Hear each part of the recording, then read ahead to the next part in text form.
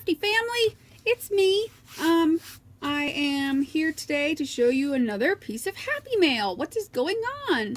But this time it came from somebody that I know and love, and her and I have been friends for quite a while. I actually started out friends with her son, and as soon as her and I met, I became more friends with her than her son, because her and I are both crafty, and we like, old vintage stuff, and we like, going through stuff and finding cool stuff. And she always finds cool stuff, and she'd always put stuff aside for me, and I'll put stuff aside for her. And we like going. We do festivals together where we'll share my tent and set up at craft fairs and stuff, and she makes jewelry and I make jewelry. Her jewelry is more wire wrapped, and mine only, I had some wire wrapping, but that's so like intense patience that I don't have very much of, so I don't do a whole lot of wire wrapping. And she does a beautiful wire wrapping. And she only just started not too long ago, but she became really good really fast.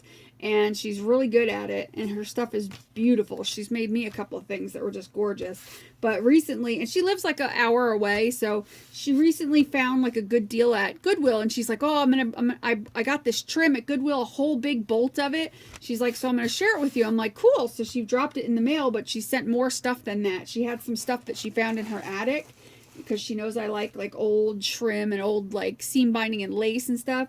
So the things that she sent me were, she found these. I guess she found these in her stuff in her attic, but they're really cool. It's not metal. It's like a plastic, but it'll make a good embellishment piece, or like the top of a chunky charm, because it's two-sided. I thought that would be really cool. And then this one's metal, and it's a heart with red like rhinestones in it. It's really pretty. I don't know if my camera's focusing, because every time I do a video, my camera doesn't like to focus very quickly. It takes forever, but that's really cute. And then she gave me a little note, this little note, with a lipstick on it. It's so cute. And it says, I hope this makes you smile. Love you, Terry. Isn't that cute? That's a cute little, it sure did make me smile. So there's that. And then she sent me some seam binding and such, which I love vintage seam binding. Not just the seam binding, but the packaging on these old things. Like, look at this one. The three little star appliques. And I was looking for a date on it, but there's no date. But you could tell that's from like the 60s for sure. That's really cool. I like the packaging, because I save that. If I use the stuff, I'll save the packaging. Just because it's old and it looks cool, and you can use it in your junk journals and stuff. Somebody, I guess, decided to start writing a stick figure on here, some little kid. That's hilarious. But here's some more. This is like a piece of black elastic. I'm surprised this still has stretch to it. You know how after a while, like when something's old, it just kind of dries out, dry rots. Well, this is like perfect. It is not even dry rotted at all. So that's a cool piece there to use for something. And then there's this pretty blue piece of like lace. And then there's the packaging, which, let's see if there's a date on this sucker. I don't think so. No. Oh, copyright 1968. Good deal. 1968. And then there's some seam binding, or some sort of is this seam binding? I guess it is. It's like a thicker, like, it's weird. It's different. It's like a thicker, or maybe it's supposed to stay folded up. But either way, it's cool. Red, white, and blue. That must have been for something having to do with maybe with 4th of July. I don't know. Or Americana. And then she sent me a bunch wrapped up in some of this really cool, I'm going to say it again, I've been saying it a lot lately, Aurora Borealis trim. Dance, lace, dance. Whoops, I just jumped it all over my lap. Okay, so there's like a good yard or so of this. That's really cool. How pretty is that? That's pretty. And then there's all these like lace pieces and stuff. Very cool.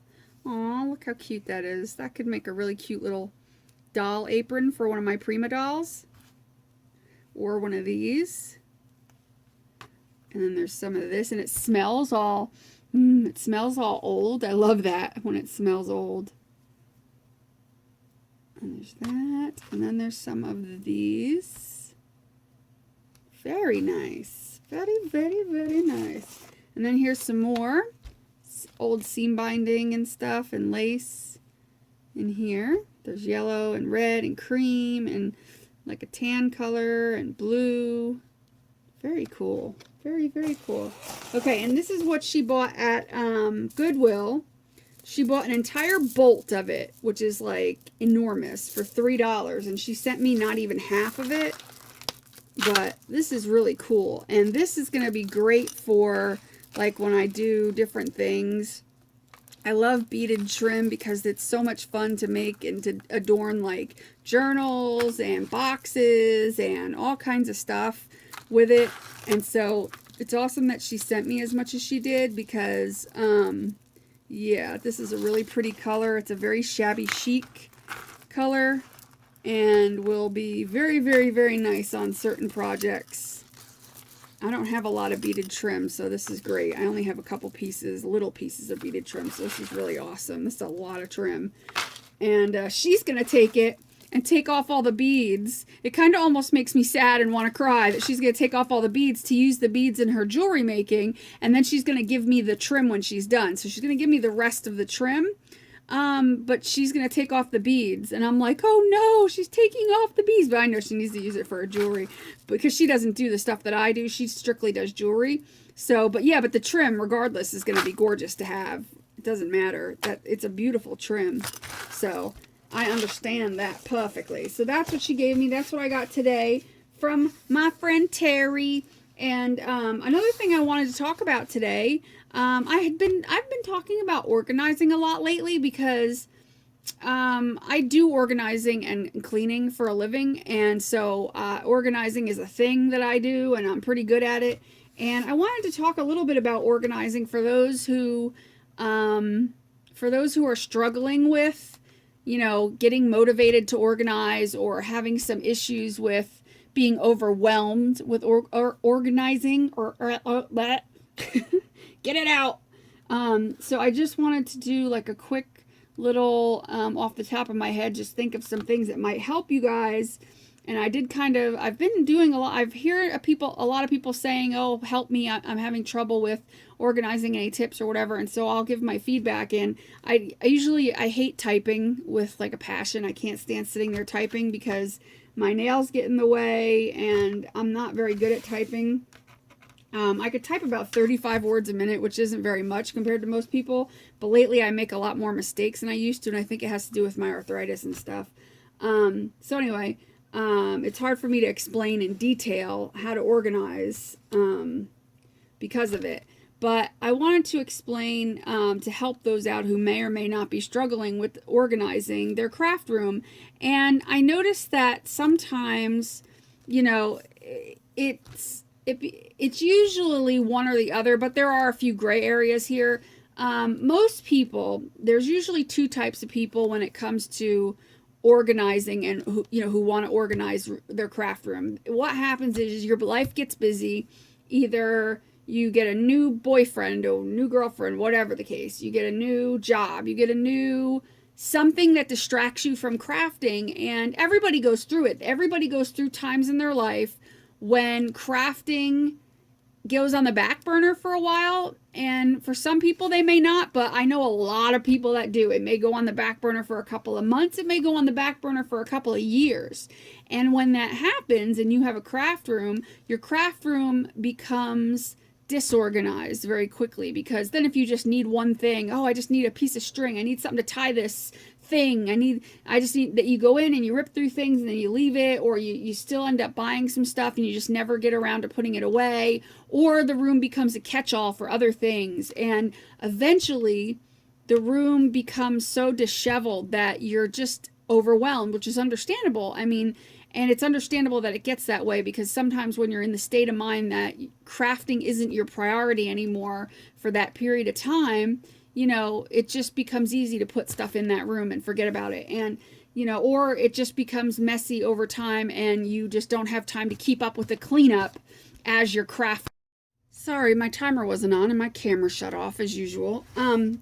So anyway, yeah. So you just get to a point where you are, you just don't have time anymore to keep up with your craft room. And, some people, they have health problems or depression or something that keeps them from crafting, and their room just becomes, a giant, pit of stuff. And I've had it happen many times, and it just happens. And I'm here to tell you that there is a light at the end of the tunnel. You can get this done. Generally speaking, this is kind of a blanket statement because there are some gray areas in this, but generally speaking, there are two types of people when it comes to those that want to get their, room back and organized. There are the people who are they're having trouble getting started, but see, once they get started and get into the groove of reorganizing it, they get it done and they plow through it. But the problem is they're overwhelmed to begin with, and that's what stops them. And then there's the people that are not overwhelmed to get started, but after they get started, they get overwhelmed halfway through, a quarter way through, and then they give up, and then they get distracted and they decide not to go back to it. Out of sight, out of mind, close the door.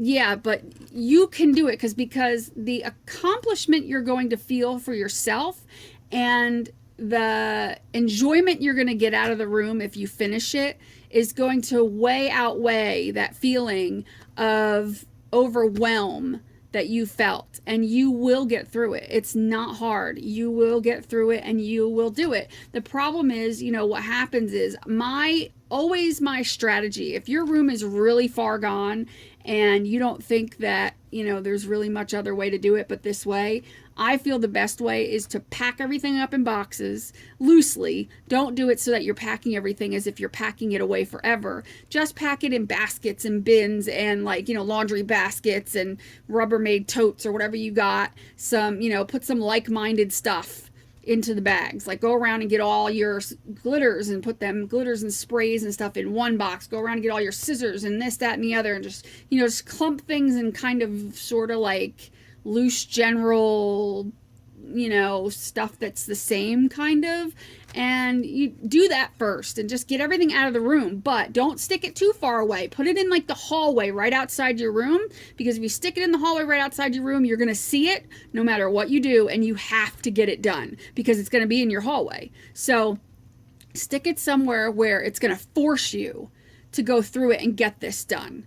Okay, and the people that usually have trouble getting started, but once they get started, will plow through, those people, this is a really good option to just get it out and move the stuff out of the room and put it out in the hallway, and then get the whole room cleaned first. Get all your desks and surfaces. The only thing that should be left in the room is your chair, your tables, and your cabinets and such, your big furniture. And once you got that being the only thing, then you're going to take your Windex or whatever, and you go around, spray everything, and you're going to clean everything. And at that time is the time to evaluate your storage situation. Once everything's cleaned up and you're looking at it, you can either rearrange, try to do some different things. Some of the best things I found is getting some shelves, and they sell them at Lowe's and Home Depot. I have them right over my desk, and they come where they have two metal brackets that go up the wall, and then it's adjustable shelves can sit on them. They're really cheap, and they have them in white and I think a wood color. I got them in white, and you have metal brackets on each of the shelves that hook into the metal brackets on the wall, so you can adjust them as needed. You can get them 4, 5, 6 shelves with, depending on what size brackets you get, but they're so cheap. They're super, super cheap. And then you always have adjustable shelves over your, desk. That's a great thing. Also, those cubbies that you can get from Big Lots. They're, I think, $39.99 for the really large ones, and you can get the baskets to go in them. Those are fantastic. They have the smaller cubbies that have the littler cubby holes. I have one of those right on my desk. Those are fantastic as well. You can find like other little shelving things to put like right on the back of your desk for different things, like I've shown before where my glitter is and all that stuff. You can get things like that. You can get a shelf, you know, right to the side of your chair where you're sitting, so all your stuff is right there for all your glues and all that type of stuff. So start looking around at some flea markets, and, you know, go to flea markets, yard sales, look at the different things that you might find there, because you will find probably some of the most amazing storage options out of stuff like that too. And I always buy cheap. I don't buy anything super expensive because I don't see the point in spending, you know, there are people that spend $1,500, $2,000 on storage units for their crafts. I don't think I could ever do that, because to me, I'd rather put that money into my crafting rather than spend that much money on a piece of furniture specifically for crafting when it's probably not that necessary. But you can find, like, go on Craigslist and find old countertops, and you can have, you know, mount a countertop. And I'm sure whether, if you don't know how to do it yourself, your husband or a family member, somebody could do it for you. It's not hard. It really isn't. You can mount a countertop up, and you can use that as your space and have lots of space underneath to put little shelves and organizing and little plastic bins and such. So evaluate what you need. Even do that before you unload everything. Just kind of look around and go, okay, I definitely need some shelves that go high, and I definitely need some, you know, cubbies over here maybe, and kind of like get an idea, so that when you pull everything out of the room, you could stand there and take a really long look around and just start thinking, and maybe have somebody around, whether it's a husband, a brother, or somebody that has some muscle, who might help you kind of do some rearranging and see how you like things. You know, be prepared to move it a couple of times, and this will give you opportunities to vacuum and sweep underneath of your furniture too when you're moving stuff out. I always find that's the best time to do it. And, you know, give yourself a good cleaning, because nothing is going to make you feel good about it than having it nice and clean too. Because if you have everything all clean and spiffy, it makes it like you're going to be very selective about how you put everything back, because you're going to want to put it back and you're going to want to make sure it stays clean. Now, of course, with crafting, it's hard to keep everything perfectly uncluttered, because it's just usually crafters have cluttery rooms. That's just the way it is.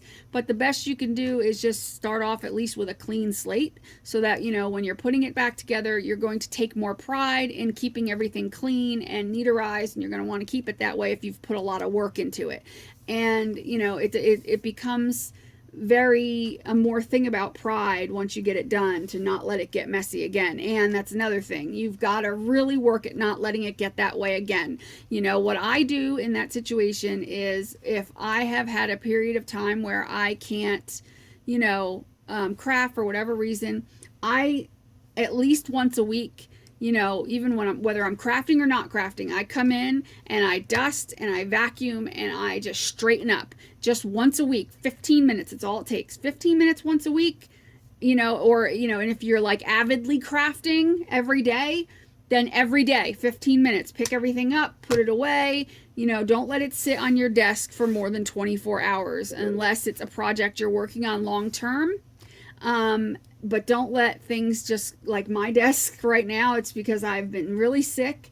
But by this weekend, you know, hopefully, if as long as I'm feeling better, by the end of the weekend, I'll have it all cleaned up, because I'm not going to allow it to stay like this long. I give myself a little more time for things like illness and what have you, but I usually don't let it stay like this, because I know that what can happen if it stays like this for too long, it gets overwhelming, and then it stays like this a really long time. So I try not to let that happen.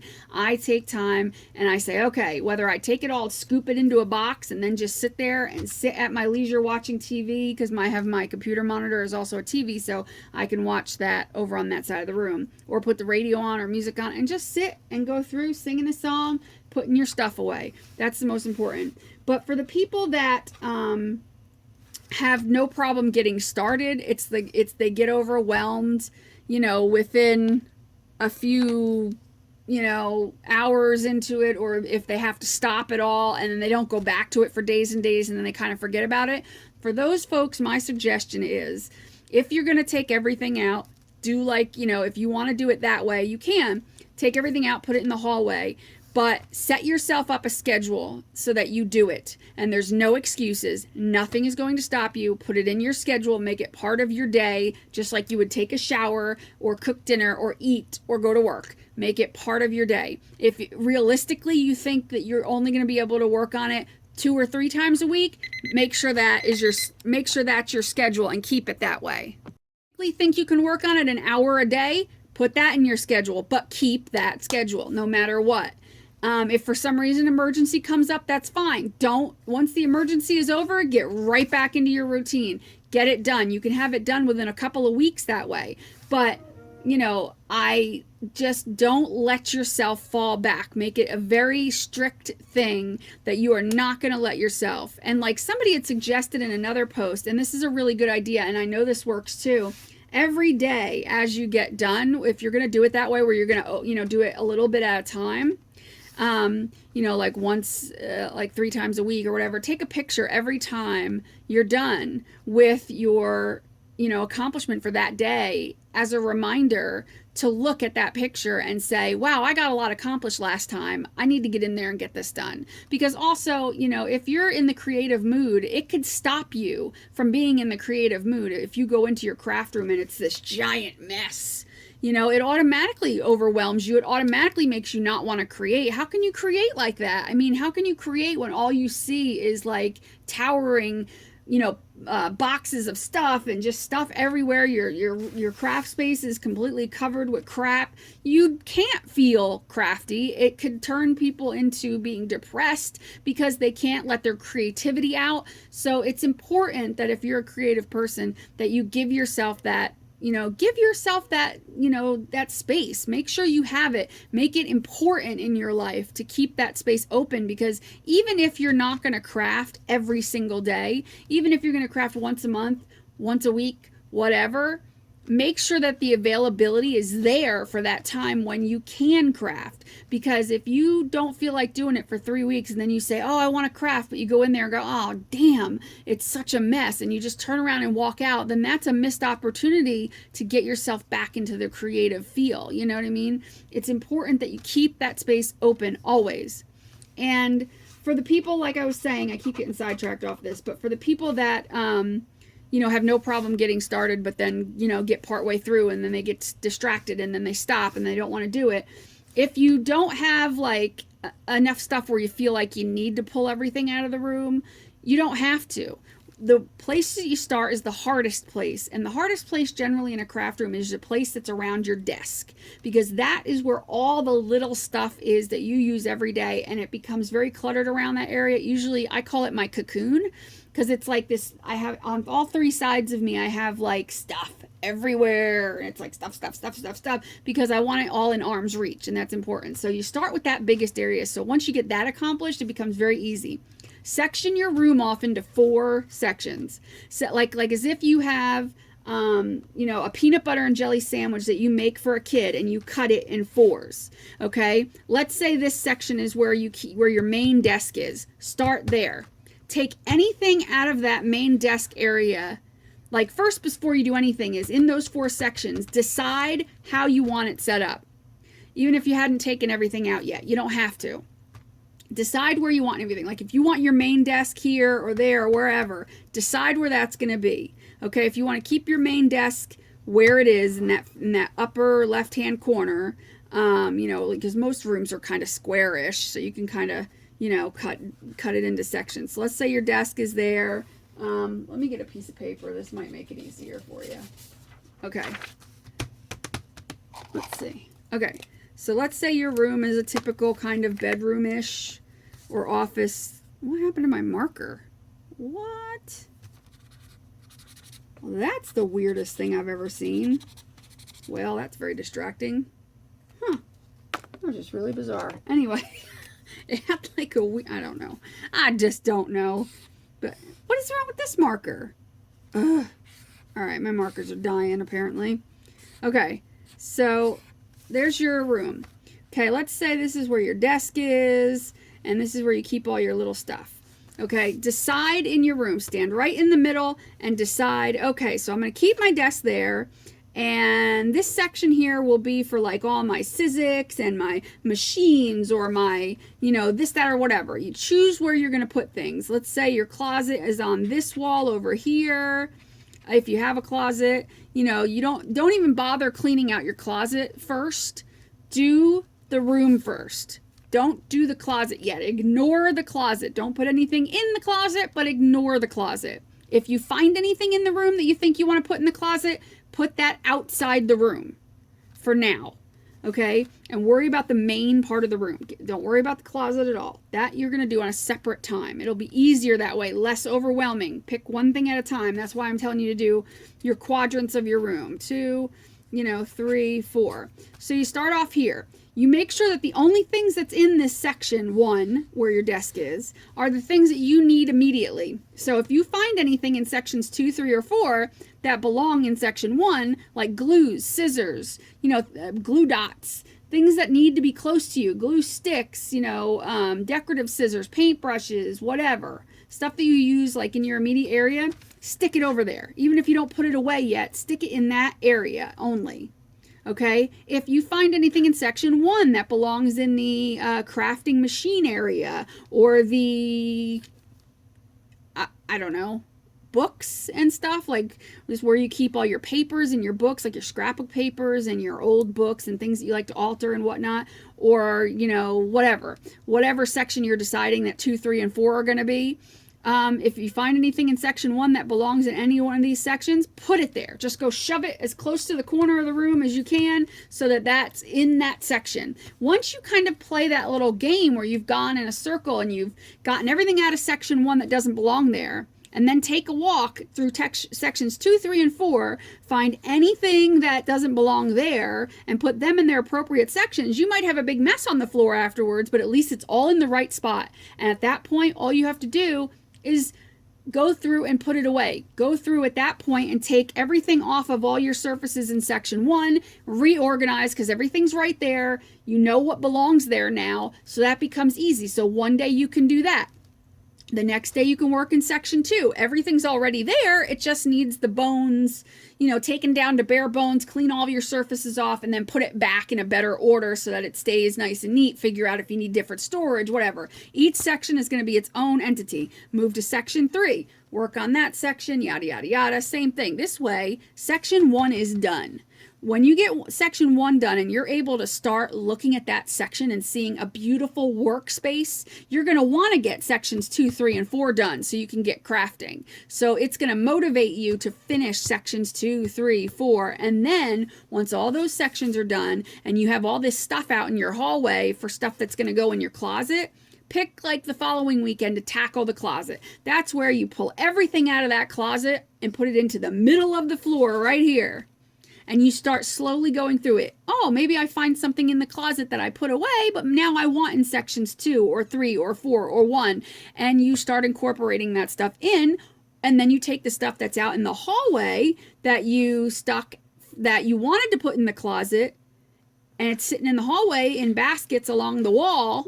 And you grab that and you incorporate that into your closet. So you're kind of doing a rotate. And I feel it's important to clean out your closet once a year so that you can rotate stuff out, because you might get into something different and you might find stuff in your closet that you want to pull out and you're like, oh yeah, why did I ever put that in there? It's gonna happen. So it's good to go through your closet once a year and clean it. The best thing to do is grab some old bookshelves from Craigslist or a yard sale, stick that in your closet, take the doors off your closet if you can. It opens up the space. It makes your closet more accessible. It makes you want to use it more. You can always put the doors back on later, even if you're renting. It doesn't matter. The doors come off. It's very easy. Stick them, somewhere. I'm sure there's a place you could find if you have a garage or this, that, or the other. You can kind of hide it somewhere. If you can hide it under a bed even.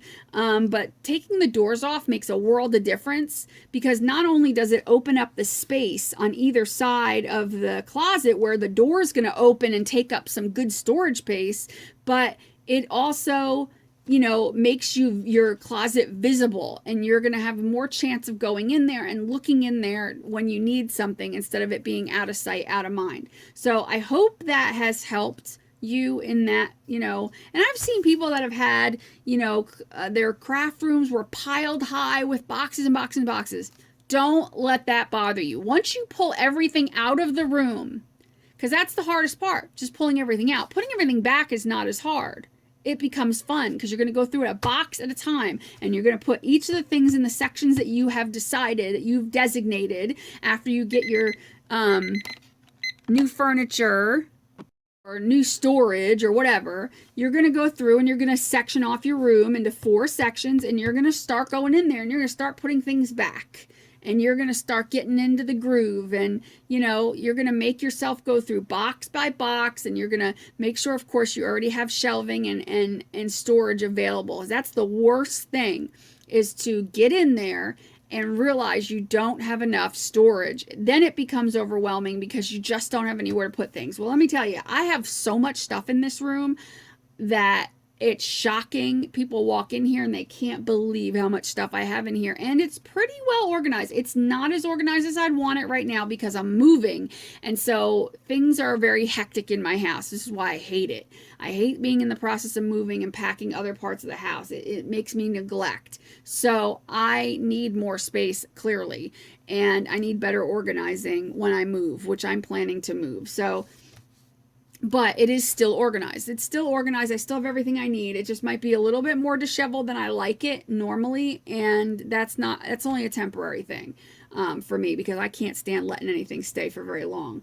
But yeah, I mean, make sure that you don't get yourself overwhelmed. You can always email me with questions. Send me pictures. Say, help me. I will help you anytime. Just send me pictures. You can send them to pinkpoodlecrafts@gmail.com. You can send them, I guess that's probably the only way you can really send pictures much. I guess maybe Facebook. But it's probably easier just to look me up through my email and send me pictures and be like, hey, here's my craft room. Help. And tell me what kind of person you are. Like, tell me, are you one to get overwhelmed quickly and quit? Are you one to like get it done once you get started? Or, and I can help you based on that type of thing. So that's really all I just wanted to get through. I didn't want to go into, I went into some pretty good detail, but I didn't want to go make this like 3 hours long. So I'm not going to, make it crazy. But I mean, there are a lot of different scenarios. These were just a few. If you think that these can be applied to you, great. If you don't think they can and you have a different situation, let me know. Email me, and I will either, if a lot of people email me, I can talk about that too, because there are other situations. And, like somebody had mentioned, there are situations where you have so much storage space and not enough stuff that it gets overwhelming where to put everything, how to organize it, how to label it. That's a whole different section. But it's always better to have more storage space than it is to have less storage space. And trust me, going in and making labels, that's the first thing you need to do. If you have a lot of storage space, you just don't know how to organize it, just go through and make labels. Just sit there, even if you use a little piece of paper and a pad, and stick it up with Scotch tape. Just make labels. Go through and realize what you need at your desk. And if you have some storage space there, go around, sit at your desk and go, I know I like my pens over here. I know I like my scissors over here. I know I like my glues over here. I know I like this here. I know I like this here. And then if you have storage around you have so much storage space, start labeling. Okay, pens, label the stuff you're sitting next to. From there, it'll kind of flow outward. You'll kind of get the gist and realize that the stuff that's most important that you use every day, you need in your arm's length. So you're going to want to keep that near you. You're going to want to keep that in your cocoon. So after that, you're going to start labeling the stuff you need, and then you're going to slowly work your way out with the stuff you don't need at your reach quite as much. Either you're going to put it up on a shelf or whatever, but just go around, start labeling things. Just be like, yeah, I like my paper, but I don't need that like right up my butt as much. I don't mind walking over and getting my paper because I'm going to sit and work on it. It's not like I have to keep reaching for my paper. So yeah, maybe I could put my paper on the other side of the room, stuff like that. And you could just start labeling things as you go. But don't be afraid to just sit and start labeling. Even if you have to pull the label off later and put it somewhere else, just label it and get stuff in there. Over time, you will start to find, okay, well, I think I like this more over here. So you just take the little Scotch tape label off, take the stuff out of that drawer, move it to where you want, switch the drawers out. Once you start figuring out your pattern and how you flow, it'll be easier. But for now, just label and get it in there. Get things into the drawers. Label, get it in. That's the first thing. Get it up off your floor. Get it out of your face. It makes it easier. And over time, you can change it. You know how many times I have this little thing sitting right next to me, like stacked up on top of like a whole bunch of other stuff over here, like other boxes and shelves and things. I must have relabeled that thing and switched it around, I think 50 times in the past 2 months, because I got it And I didn't think I'd fill it up. And then I realized as I started to use it and I started to incorporate it and I started to actually fill it, I realized, okay, now I know what I want to do with it. I ripped a lot of stuff out. I relabeled it, and it's done. So now I like it the way it is. But see what I mean? Like, you're not always going to know how you're going to want to label things or how you're going to store things, but just get it in the damn drawers first. Get it like-minded things in the drawers. You will figure it out as you're going, as you're crafting. Oh, wait a minute. I have to walk all the way over there to get my paintbrushes. Screw that. I'm going to switch that with a different drawer with something I don't use as much over here, and I'm going to put it over there. You will get that feel. So anyway, I didn't mean to get into all that. But yeah, so I've been doing organizing and cleaning for 18 plus years. So if you ever need help with tips or tricks or anything, like even with just cleaning your house, to me, once you get your house cleaned, it's just like your craft room. 15 minutes a day, you can keep it clean. If you have teenagers and husbands, everybody has to get on board. 15 minutes a day. Go around, pick up, put away, pick up, put away, pick up, put away. 15 minutes is all it takes, and your house will never be a disaster. That's the rule of thumb. I swear by it. I live by it. It works. 15 minutes a day. Whether somebody is sweeping up animal hair every day, because if you have a couple of dogs that shed, that stuff gets, all over on everything. But if you sweep every day, even though it sounds ridiculous, if you have somebody that takes 5 minutes, goes around with the broom, sweeps it up, have somebody else wipe the counters off, have somebody else grab mail and junk and put it away, 15 minutes per person, your house will never, ever be a mess. Ever. Ever.